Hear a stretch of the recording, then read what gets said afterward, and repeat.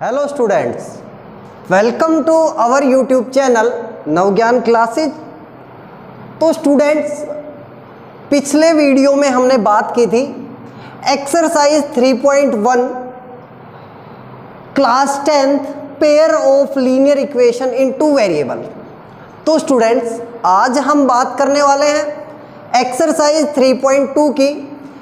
और यदि आपने हमारी एक्सरसाइज 3.1 नहीं देखी है तो उसका लिंक आपको डिस्क्रिप्शन में मिल जाएगा, वहाँ से आप हमारी वो वीडियो देख सकते हैं। तो स्टूडेंट्स देखिए, शुरू करते हैं।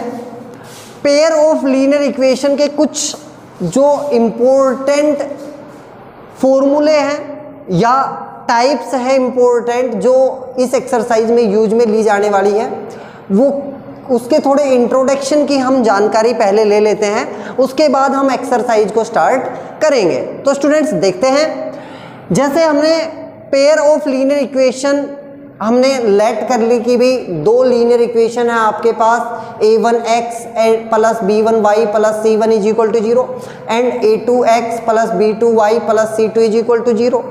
तो ये दो इक्वेशन हैं, इनको हमने फर्स्ट जो प्रीवियस वीडियो थी उसमें रिप्रेजेंट किया था ग्राफिकली। तो ऐसा ही यहाँ पे भी हम ग्राफिकली रिप्रेजेंटेशन की भी बात करेंगे और एल्जेब्रिक रिप्रेजेंटेशन की भी बात इस एक्सरसाइज में हम करने वाले हैं। और जैसा कि आपको पता है कि हम यदि इनका ग्राफिकली रिप्रेजेंटेशन करते हैं तो वहाँ पे किस टाइप से ये दोनों इक्वेशंस हम प्लॉट करेंगे। तो स्टूडेंट्स देखते हैं, यदि आपके पास a1 x का कोफिशिएंट a1 होगा, y का कोफिशिएंट फर्स्ट इक्वेशन में b1 होगा और कांस्टेंट टर्म जो होगी वो आपकी c1 होगी। a2 जो होगा वो सेकंड इक्वेशन के x का कोफिशिएंट होगा, b2 y का कोफिशिएंट होगा और c2 सेकंड इक्वेशन की कांस्टेंट टर्म आपकी होगी।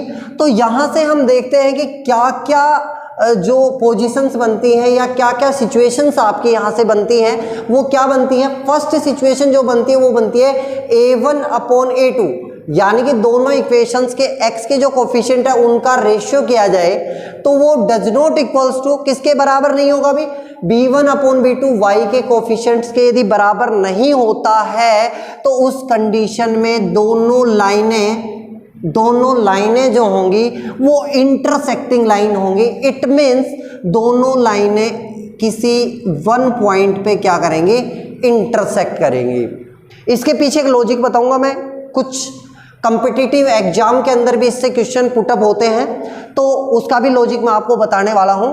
और वो लॉजिक ये है कि जितने पॉइंट पे दोनों लाइनें कट करती हैं, इंटरसेक्ट करती हैं, उतने ही नंबर ऑफ सॉल्यूशन आपको मिलेंगे। क्या है, जितने पॉइंट पे लाइनें इंटरसेक्ट करती हैं उतने ही आपको नंबर ऑफ सॉल्यूशन मिलेंगे। तो यहाँ से हम देख सकते हैं कि ये दोनों लाइनें इंटरसेक्टिंग लाइन है, तो वन पॉइंट पे इंटरसेक्ट कर रही हैं और वन पॉइंट पे इंटरसेक्ट करती हैं, तो इन दोनों इक्वेशंस का ओनली वन सॉल्यूशन होगा, केवल एक ही हल होगा। सेकंड पॉइंट की हम बात करते हैं, if a1 upon a2 is equal to b1 upon b2, but a1 upon a2 तो इक्वल टू हो b1 अपॉन b2 के, but c1 upon c2 equal नहीं हो, does not equals to c1 upon c2, तो then ये लाइनें जो होंगी, ये दोनों लाइनें किस तरीके की लाइनें होंगी, पैरेलल लाइनें होंगी। और पैरेलल लाइंस के बारे में आप जानते हैं, पैरेलल का मतलब क्या होता है हिंदी में, समांतर लाइनें होंगी और समान अंतर पे ये दोनों लाइनें चलेंगी। इसका मतलब क्या है, समांतर हैं तो ये किसी भी पॉइंट पे कट नहीं करेंगी, इंटरसेक्ट नहीं करेंगी। और जैसा मैंने बताया, जितने पॉइंट पे इंटरसेक्ट करे उतने ही सॉल्यूशन होंगे। अब ये दोनों लाइनें कहीं पे भी इंटरसेक्ट नहीं कर रही हैं, इसका मतलब क्या है कि कोई भी सॉल्यूशन आपका यहां से नहीं मिलेगा। और कोई भी सॉल्यूशन नहीं मिलेगा तो नहीं मिलेगा। आगे चलते हैं, थर्ड पार्ट जो है वो है A1 upon A2 equals to B1 upon B2 equals to C1 upon C2 यदि आपके पास है, यदि तीनों इक्वल हैं तो उस कंडीशन में आपकी ये दोनों लाइनें जो होंगी, दोनों लीनियर लाइंस जो होंगी वो क्या होंगी, कोइंसिडेंट होंगी। क्या होंगी? कोइंसिडेंट आपकी लाइनें यहां से हो जाएंगी। और कोइंसिडेंट का मतलब क्या होता है? एक लाइन है, उसी के ऊपर यदि दूसरी लाइन हो, एक लाइन के ऊपर ही क्या हो, दूसरी लाइन, यानी कि ये एक लाइन, इसके ऊपर ही दूसरी लाइन। इट मीन्स ये इस वाली लाइन को हर पॉइंट पे टच कर रही है, मतलब इस लाइन को ये दूसरी लाइन हर पॉइंट पे टच कर रही है। और मैंने आपको बताया था पीछे भी कि जितने पॉइंट पे कट करे उतने ही सॉल्यूशन। और यहाँ पे देखते हैं तो ये हर पॉइंट पे टच कर रही है, हर पॉइंट पे लाइंस को टच कर रही है। इसका मतलब इनफाइनाइटली मैनी सॉल्यूशन, बहुत सारे हल इसके आपको देखने को मिलेंगे। और एक दूसरी चीज ये हो गई, हमने तीनों कंडीशंस की बात कर ली है। एक कंडीशन आती है कंसिस्टेंट और इनकंसिस्टेंट। कंसिस्टेंट और इनकंसिस्टेंट की कंडीशन क्या होती है? कंसिस्टेंट वो इक्वेशन होंगी, कंसिस्टेंट कौन सी इक्वेशन होंगी? वो इक्वेशन होंगी जिनमें एक सॉल्यूशन हो या अनेक सॉल्यूशन हो। एक सॉल्यूशन हो या अनेक सॉल्यूशन हो, वो दोनों इक्वेशंस क्या होंगी? कंसिस्टेंट होंगी। इस एक्सरसाइज में हम इनका यूज में लेने वाले, इसलिए मैं ये बता रहा हूँ, बेसिक है ये इस एक्सरसाइज का कि कंसिस्टेंट कौन सी इक्वेशन होंगी? वो कंसिस्टेंट होंगी जिनमें कोई एक भी सॉल्यूशन आपका निकलता है। एक सॉल्यूशन निकले चाहे बहुत सारे सॉल्यूशन निकले, हल निकले, वो दोनों इक्वेशंस, ये दोनों टाइप की जो इक्वेशन होंगी, इन दोनों की फर्स्ट और थर्ड टाइप की जो इक्वेशंस होंगी, ये दोनों इक्वेशंस कंसिस्टेंट होंगी। दूसरी आती है इनकंसिस्टेंट। इनकंसिस्टेंट कौन सी इक्वेशन होंगी? जिसमें कोई भी सॉल्यूशन नहीं हो, यानी कि सॉल्यूशन ही कंसिस्ट नहीं करेगा, इसका मतलब इनकंसिस्टेंट। जिसमें सॉल्यूशन कंसिस्ट करता है, चाहे वो एक करे या अनेक सॉल्यूशन करे, तो वो क्या होंगी? कंसिस्टेंट इक्वेशंस आपकी होंगी। तो स्टूडेंट्स, ये इस एक्सरसाइज का बेसिक था और इसी पे बेस हम अब एक्सरसाइज के क्वेश्चंस की तरफ बढ़ते हैं। तो स्टूडेंट्स देखते हैं एक्सरसाइज 3.2 की क्वेश्चन आंसर्स की तरफ बढ़ते हैं और कंप्लीट सोल्व करेंगे। तो देखिए स्टूडेंट्स,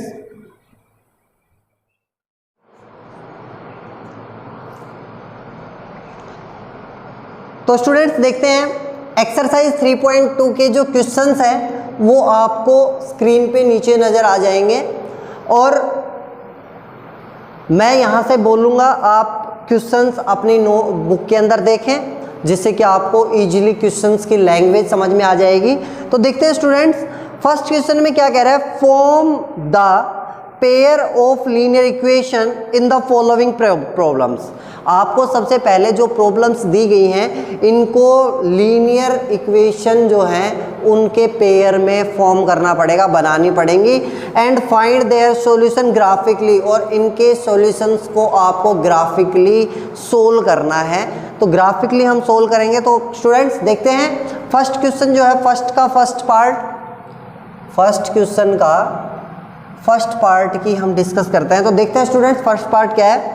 10 स्टूडेंट ऑफ क्लास 10, 10वीं क्लास के 10 स्टूडेंट हैं, took part in A mathematics quiz. Mathematics quiz में वो पार्टिसिपेट करते हैं।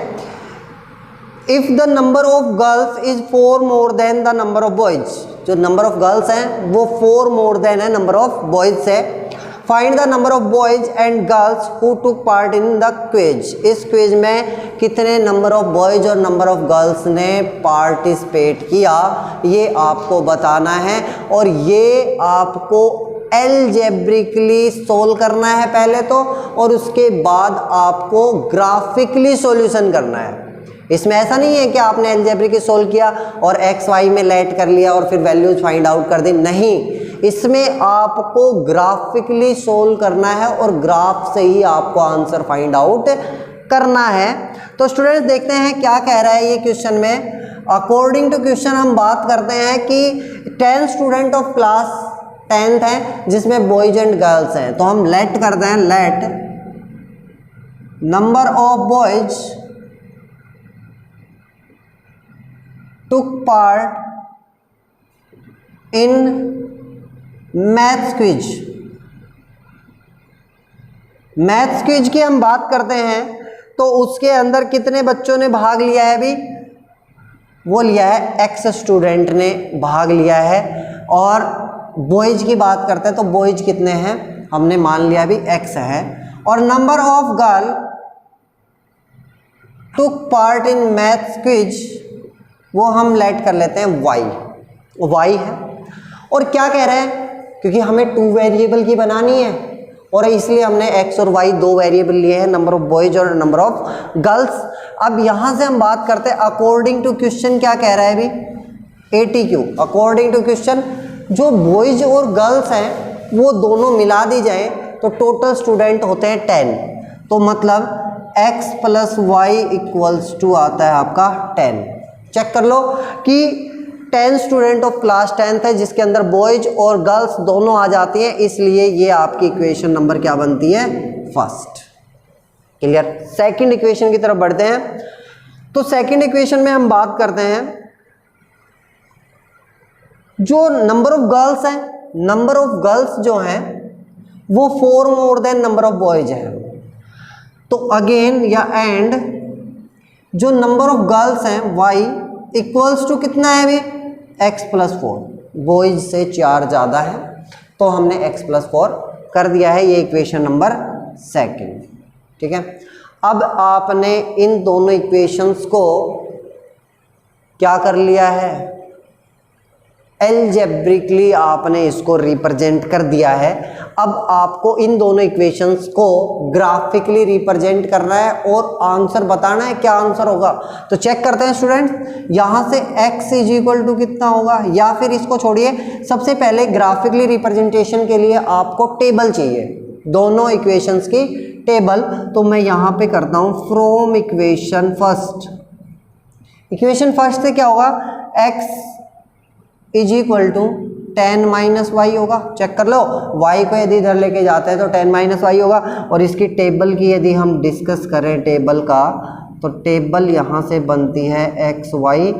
3 सॉल्यूशंस हम यहाँ से निकाल सकते हैं y की वैल्यू यदि हम 2 रखते हैं तो x की वैल्यू 8 आएगी, y की वैल्यू 3 रखते हैं 7 आएगी, y की वैल्यू 4 रखते हैं तो x की वैल्यू 6 आ जाएगी। चेक कर लो, माइनस करते रहेंगे।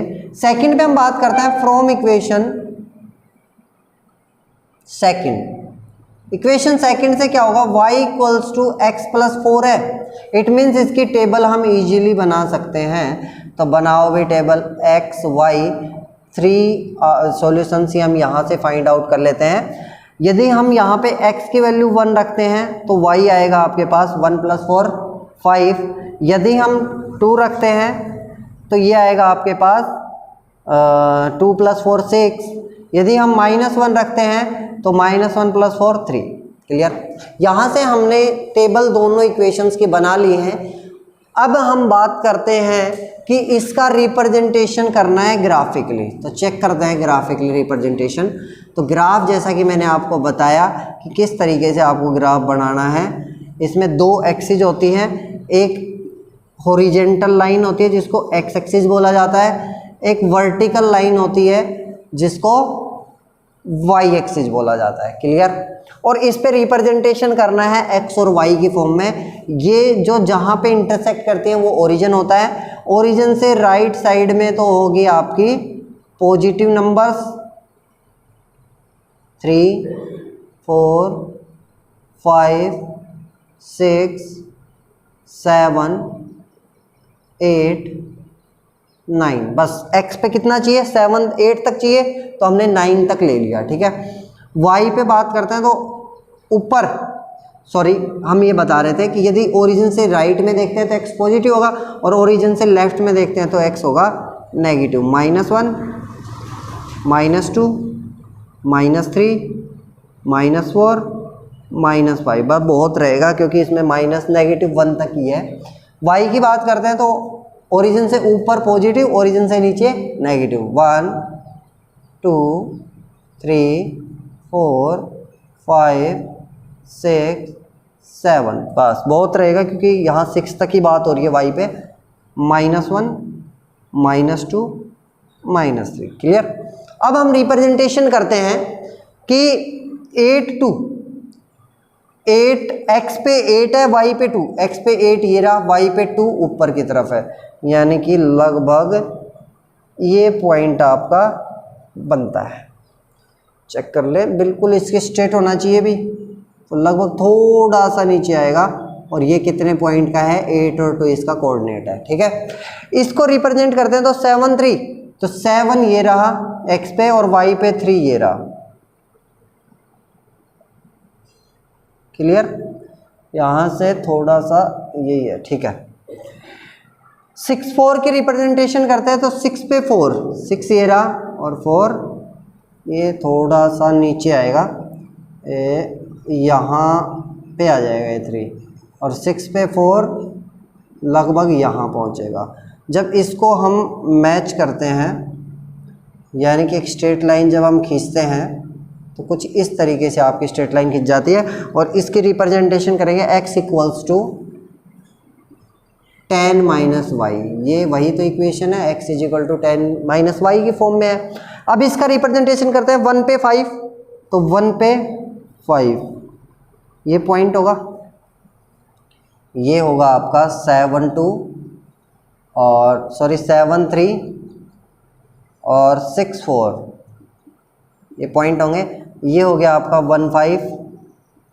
इसके बाद में 2 6, 2 पे 6 2 6, लगभग ये पॉइंट आएगा 2 6। फिर आता है 3 -1 3, -1 पे 3, लगभग ये पॉइंट आएगा -1 और 3। ये थोड़ा सा टिल्ट हो जाता है क्योंकि हम अभी अपने हाथ से इसको रिप्रेजेंट कर रहे हैं ना, इस वजह से। यदि स्केल से किया जाए तो ये बिल्कुल स्ट्रेट होगा और ग्राफ पेपर में बनाया जाए तो बिल्कुल सही बनेगा। यहाँ से ये जो इसकी इक्वेशन है वो क्या है अभी? y = x + 4, clear. अब हमें इसका सॉल्यूशन बताना है कि नंबर ऑफ बॉयज़ क्या होंगे और नंबर ऑफ गर्ल्स क्या होंगी। तो जहाँ पे ये दोनों लीनियर लाइंस कट कर रही हैं उसके कोऑर्डिनेट आपको लिखने हैं। और उसके कोऑर्डिनेट क्या होंगे भाई? ये y पे तो 7 को टच कर रही है, y पे हो गया आपका 7 और x पे हो गया 3, यानी कि यहाँ से इसका कोऑर्डिनेट कितना आया? x तो आया 3 और y आया 7। इसका मतलब ये है नंबर ऑफ बॉयज जो होंगे वो होंगे आपके x वाले पॉइंट पे। तो x वाला पॉइंट कितना है? 3। और नंबर ऑफ गर्ल कितनी होंगी? नंबर ऑफ गर्ल जो होंगी वो y वाला जो कोऑर्डिनेट आया है वो होंगे। जहां पे इंटरसेक्ट करते हैं, जहां पे इंटरसेक्ट करेगा वही कोऑर्डिनेट आपके क्या होंगे? x और y को रिप्रेजेंट करेंगे। तो x पे 3 था और y पे 7 था, तो x कितना है? 3 है, तो number of boys, clear. y कितना है? 7 है, तो नंबर ऑफ गर्ल्स, ठीक है स्टूडेंट्स। चलते हैं स्टूडेंट्स नेक्स्ट क्वेश्चन की तरफ। तो नेक्स्ट क्वेश्चन की हम यदि डिस्कस करें तो आपको next question same as it is इसी तरीके से करना है कि सबसे पहले आप लीनियर इक्वेशंस बनाएं और लीनियर इक्वेशंस बनाने के बाद में आप उसको ग्राफिकली सोल्व करें, यानी कि आपको सॉल्यूशन करना है वो ग्राफिकली सॉल्यूशन करना है। तो मैं नेक्स्ट क्वेश्चन आपको स्क्रीन पे नज़र आ रहा होगा। 5 pencil and 7 pens together cost 50 rupees. भाई एक पेन है और एक पेंसिल है, दो ही हैं, तो हम लेट कर लेते हैं। लेट सेकंड पार्ट है इसका, let cost of 1 pencil, cost of 1 pencil, 1 pencil की कॉस्ट हम क्या लेट कर लेते हैं? वो हम लेट कर लेते हैं x रुपीज है। And cost of 1 pen, 1 pen की कॉस्ट हम मान लेते हैं y रुपीज है। क्लियर है। अब यहाँ से क्या कह रहा है कि यदि 5 पेंसिल और 7 पेन टुगेदर एक साथ खरीदे जाए तो 50 रुपीज़ देने पड़ते हैं। तो मैं इसको एल्जेब्रिकली रिप्रेजेंट करता हूँ अकॉर्डिंग टू क्वेश्चन। बताइए 5 पेंसिल का रेट क्या होगा जब वो x रुपीज़ से खरीदी जाती है, तो 5 पेंसिल का रेट होगा 5x, क्लियर है। प्लस 7 पेन खरीदे जाते हैं तो 7 पेन जो हैं वो किस रेट से खरीदे जा रहे हैं, y के रेट से, और टुगेदर खरीद रहा है तो 7y इक्वल्स टू 50 रुपीज़। ये इक्वेशन हो जाती है आपकी फर्स्ट, क्लियर। सेकंड इक्वेशन की हम बात करते हैं तो उसमें कह रहा है whereas 7 pencil and 5 pens together cost 46 rupees and क्या कह रहे हैं 7 पेंसिल खरीदे जाते हैं और 5 पेन खरीदे जाते हैं। 7 पेंसिल का कॉस्ट हो गया 7x प्लस 5 पेन का कॉस्ट हो जाएगा 5y, और जब ये दोनों खरीदे जाते हैं उस समय वो 46 रुपीज़ देता है। ये इक्वेशन नंबर सेकंड, क्लियर। अब ये इक्वेशन फर्स्ट और सेकंड यदि आपकी हो जाती है तो इसके बाद आपको इन दोनों सिचुएशंस को ग्राफिकली रिप्रेजेंट करना है, और ग्राफिकली रिप्रेजेंट करने के बाद जो आंसर्स आते हैं उनको कैसे चेक करना है, चेक करेंगे कि दोनों लाइनें जहाँ पे इंटरसेक्ट करेंगी वहाँ पे x की वैल्यू किसको बताएगी, पेंसिल की कॉस्ट को बताएगी, और जो y की वैल्यू होगी वो बताएगी पेन की कॉस्ट को, क्लियर है। तो यहाँ से हमें सबसे पहला काम करना है फ्रॉम इक्वेशन फर्स्ट, और इक्वेशन फर्स्ट से टेबल बनाएंगे। तो टेबल बनाने के लिए हमें क्या करना पड़ेगा, या तो x की वैल्यू डिटरमाइन करनी पड़ेगी या y की वैल्यू हमें फाइंड आउट करनी पड़ेगी। तो हम यहाँ से y की वैल्यू फाइंड आउट कर लेते हैं। 7y equals to 50 minus 5x, check कर लो 5x को यदि इधर लेके आते हैं तो नेगेटिव हो जाएगा, और 7y है तो y इक्वल्स टू कितना होगा 50 माइनस 5x अपॉन 7, क्लियर। और इसकी टेबल जब बनाते हैं तो 1 मिनट आप चेक करें कि ये हमने क्या किया है, इस तरीके से कर दिया है। तो अब चेक करते हैं x की वैल्यू क्या रखें कि हम इसको रिप्रेजेंट कर सकें, इसको कंप्लीटली कट कर सकें। तो देखिए स्टूडेंट्स, कुछ इस तरीके से आ जाएगा। जैसे हम 0 रखते हैं, x की जगह हमने 0 रखा तो y कितना होगा 50/7, और 50/7 का मतलब क्या है 7 पॉइंट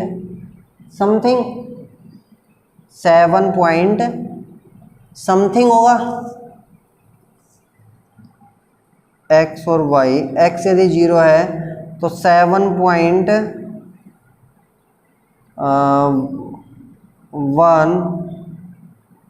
फिर उसके बाद में 4, अप्रोक्सीमेट वैल्यू हमने फाइंड आउट कर ली, ये होगी। यदि 1 पुटअप कर दें तो कितना बचेगा अभी, 5 1 जा 5, और 45/7, 45 को देंगे तो 6 आ जाएगा, 7 6 जा 42, बचे 3.4, 6.4 अप्रोक्सीमेट वैल्यू फाइंड आउट कर लेंगे हम। यदि हम 2 पुट करते हैं तो यहाँ पे बचेगा 40/7, 7 5 जा 35, और बचा 5 तो 7 7 जा 49, तो अप्रोक्सीमेट 5.7 आपके पास आ जाएगा।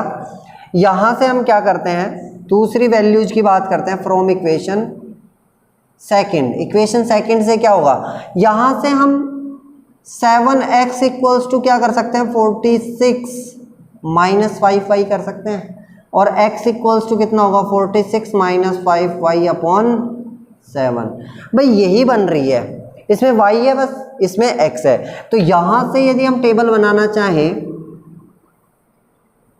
तो x y बस इसका रेसिप्रोकल कर देते हैं। जहाँ पे यहाँ पे x की वैल्यू ली है तो यहाँ पे हम y की वैल्यू लेते रहेंगे, x की वैल्यू आती रहेगी। यदि y 0 लिया तो ये आएगा 7.1 अप्रोक्सीमेट, और यदि ये 1 ले रहे हैं तो ये 6.4 अप्रोक्सीमेट आएगा। ये यदि 2 ले रहे हैं तो ये 5.7 अप्रोक्सीमेट आएगा। अब हमें इसका ग्राफ रिप्रेजेंट करना है, तो ग्राफ आप इजीली रिप्रेजेंट कर सकते हैं। जैसा कि आपको पता है कि यदि आप ग्राफ इस तरीके से बना रहे हैं 1 और 2 के बीच में इक्वल 10 पार्ट्स में आपको डिवाइड करना है, इनकी 9 पार्ट्स आपको लेने हैं, जिससे कि ये 1.1 को रिप्रेजेंट करेगी, ये 1.2 को 1.9 तक रिप्रेजेंट करना है और 1.2.0 तो आपका 2 हो ही जाएगा। तो आप यहाँ से चेक कर सकते हैं 6.4 मतलब 6 और 7 के बीच में 6.4 आपको मिल जाएगा। आप इस तरीके से इसका ग्राफ रिप्रेजेंट करें और जो भी इसका सॉल्यूशन आता है, जो आंसर आता है, वो हमें कमेंट सेक्शन में ज़रूर बताएं। ठीक है स्टूडेंट्स, चलते हैं स्टूडेंट्स नेक्स्ट क्वेश्चन की तरफ। यदि आपको ये क्वेश्चन नहीं भी आता है तो भी आप हमें कमेंट सेक्शन में बताएं, जिससे कि हम इस क्वेश्चंस का जो ग्राफ है वो हम आपको प्रोवाइड करवा सकें। इसके भी वीडियो हम आपको प्रोवाइड करवा दें, जैसे नेक्स्ट वीडियो हम बनाएं तो उसमें पहले इसी क्वेश्चन को लेके चलें। ठीक है स्टूडेंट्स, तो ये हमें ज़रूर बताना है कमेंट सेक्शन के अंदर। और हाँ स्टूडेंट्स, जैसे आपको कोई क्वेश्चन नोट करना हो तो वीडियो को पॉज कर लें और पॉज करके क्वेश्चंस को नोट कर लें। तो स्टूडेंट्स चलते हैं सेकंड क्वेश्चन की तरफ। कंपेयरिंग द रेशियोज, रेशियो को आपको कंपेयर करना है, जिसमें A1/A2, B1/B2 and C1/C2 questions आपको दिख जाएगा स्क्रीन के नीचे, दिख रहे हैं। Find out whether the lines representing the following pairs of linear equation intersect at a point are parallel or coincident। ये आपको बताना है कि दो इक्वेशंस आपको गिवन है और उनको A1/A2, B1/B2 और C1/C2 करके आपको ये देखना है कि लाइन इंटरसेक्टिंग है या पैरेलल है या कोइंसिडेंट है, ये आपको बताना है।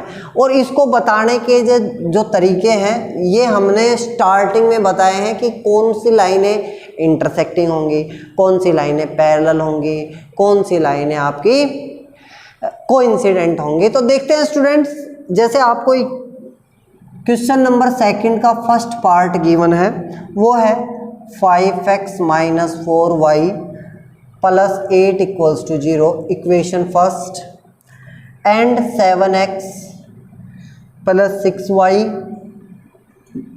9 = 0, इक्वेशन सेकंड। तो यहाँ से हम चेक करते हैं कि एक्चुअल में ये लाइनें किस टाइप की हैं, इंटरसेक्टिंग है, पैरेलल है या कोइंसिडेंट है। तो सबसे पहले मुझे कंपेयर करना है, कंपेयर दीज इक्वेशन विद, किसके साथ करना है, A1x plus B1y plus C1 = 0 and A2x plus B2y plus C2 = 0 respectively. Equation first और सेकंड को हमें क्या करना है, इसके साथ कंपेयर करना है। तो कंपेयर करते हैं, यहाँ से x का कोफिशिएंट A1 है तो इक्वेशन फर्स्ट को हमें कंपेयर करना है इसके साथ, और इक्वेशन सेकंड को कंपेयर करना है इसके साथ। तो A1 = आपका मिलता है 5, B1 आपका मिलता है, वो मिलता है -4, साइन जरूर देख लें साथ में, 4 के साथ माइनस है तो -4 लगाएं। C1 आपका मिलता है, वो मिलता है 8, A2 आपका मिलता है, वो मिलता है 7, B2 आपका मिलता है, वो मिलता है 6, और C2 आपका मिलता है -9। चेक कर लो कि हमने इसको कंपेयर किया है इक्वेशन सेकंड से। अब इसके बाद क्या करना है, नाउ A1/A2 क्या मिलेगा अभी, 5/7 मिलेगा या नहीं मिलेगा। B1/B2 ये मिलता है -4/6 मतलब 2/3 होगा माइनस का। C1/C2 एंड C1/C2 = 8/9 ये मिलेगा। अब चेक करते हैं क्या A1/A2 इक्वल है। तो आप पढ़े लिखे हैं, इतने पढ़े हैं तो आप यहाँ से देख पा रहे होंगे कि ये इक्वल नहीं है, और नहीं है तो हम लिख सकते हैं A1/A2 does not equals to B1/B2। तो गिवन इक्वेशंस आर इंटरसेक्टिंग, क्या होंगी? इंटरसेक्टिंग होंगी। तो these equation are intersecting, clear? तो इस तरीके से, या आप यहां पे लिख सकते हैं इंटरसेक्ट ईच अदर, ठीक है। सेकंड पार्ट जो है वो इसी तरीके का है, उसमें भी दो इक्वेशंस आपको गिवन है। सेकंड पार्ट आप देख पा रहे हैं 9x + 3y + 12 = 0 है, और दूसरा है आपका 18x + 6y + 24 = 0। इसमें भी आपको कंपेयर करना है इसी तरीके से, A1 फाइंड आउट करना है, A2 A3, और A1 B1 C1 करना है, A2 B2 C2। दोनों इक्वेशन से निकालने के बाद ये सब करेंगे, और उसके बाद चेक करेंगे क्या उनमें इक्वल है और क्या उनमें इक्वल नहीं है। यदि फर्स्ट टू इक्वल नहीं हो, पहले दो इक्वल नहीं है, तो इंटरसेक्ट होगी। यदि पहले दो इक्वल हो, तीसरा इक्वल ना हो, तो क्या होगी? पैरेलल लाइंस होंगी, नो सॉल्यूशन होगा। यदि तीनों इक्वल हो तो कोइंसिडेंट होंगी, ठीक है। तीसरा पार्ट जो है कोइंसिडेंट का हो जाएगा आपका। तो थर्ड क्वेश्चन की तरफ बढ़ते हैं स्टूडेंट्स। देखते हैं ऑन कंपेयरिंग द रेशियो को कंपेयर करना है A1/A2 B1/B2। थर्ड क्वेश्चन की बात कर रहा हूं, क्वेश्चन स्क्रीन पे नजर आ रहा है आपको, देखिए A1/A2 B1/B2 and C1/C2 find out whether the following pair of linear equation are consistent or inconsistent। मैंने स्टार्टिंग में आपको बताया था कि कौन सी इक्वेशन आपकी कंसिस्टेंट होंगी और कौन सी इक्वेशन आपकी इनकंसिस्टेंट होंगी। तो देखते हैं, तो देखिए स्टूडेंट, इनकंसिस्टेंट और कंसिस्टेंट की कंडीशन हमने बात की थी स्टार्टिंग में ही, कि कंसिस्टेंट वो इक्वेशन होंगी जिनमें कोई भी सॉल्यूशन कंसिस्ट करे, चाहे वो एक सॉल्यूशन कंसिस्ट करे या फिर बहुत सारे सॉल्यूशन आपके कंसिस्ट करें, तो वो कंसिस्टेंट इक्वेशन, ठीक है। और जिसमें कोई भी सॉल्यूशन कंसिस्ट ना करे वो आपकी होगी इनकंसिस्टेंट। तो हम स्टूडेंट्स एक्सरसाइज की जो थर्ड क्वेश्चन है उसको नोट करते हैं। तो देखिए स्टूडेंट्स, आपको स्क्रीन के नीचे क्वेश्चन नज़र आ रहा होगा, और उसमें दो इक्वेशंस आपको गिवन है, जो आपका क्वेश्चन नंबर थर्ड का फर्स्ट पार्ट है, जिसमें फर्स्ट पार्ट में क्या कह रहा है, ये 3x + 2y और इक्वल टू 5 है, तो मैं उसको -5 = 0 कर सकता हूँ। इक्वेशन फर्स्ट, भाई इक्वल टू के 5 है तो इक्वल टू के इधर लेके जाएंगे, -5 बनेगा, सीधी सी बात है।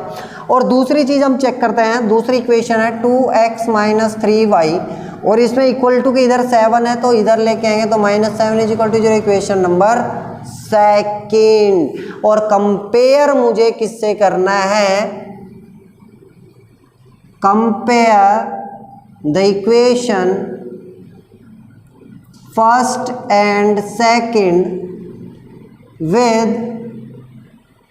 A1x + B1y + C1 = 0 and A2x + B2y + C2 = 0 respectively।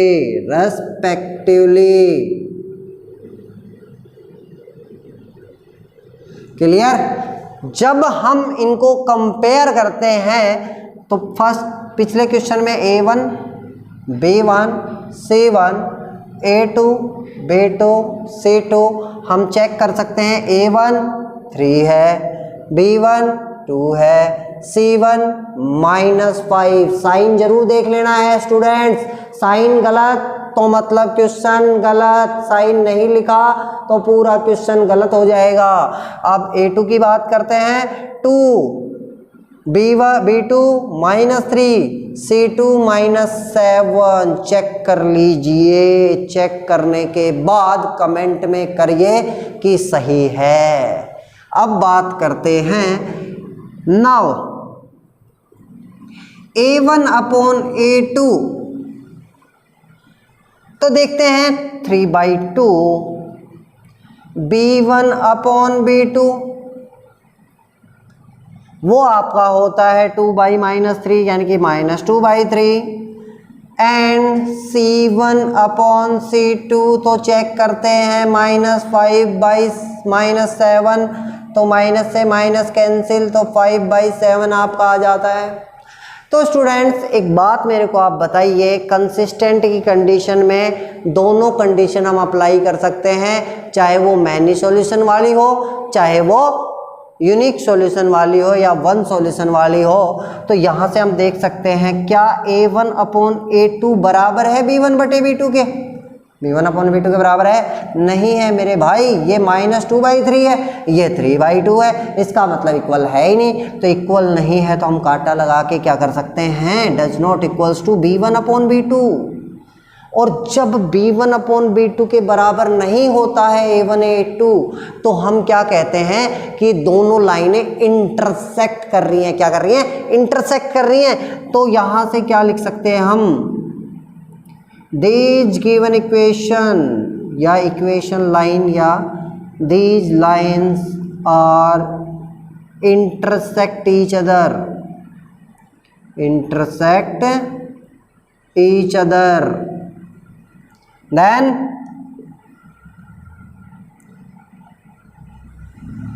this is consistent,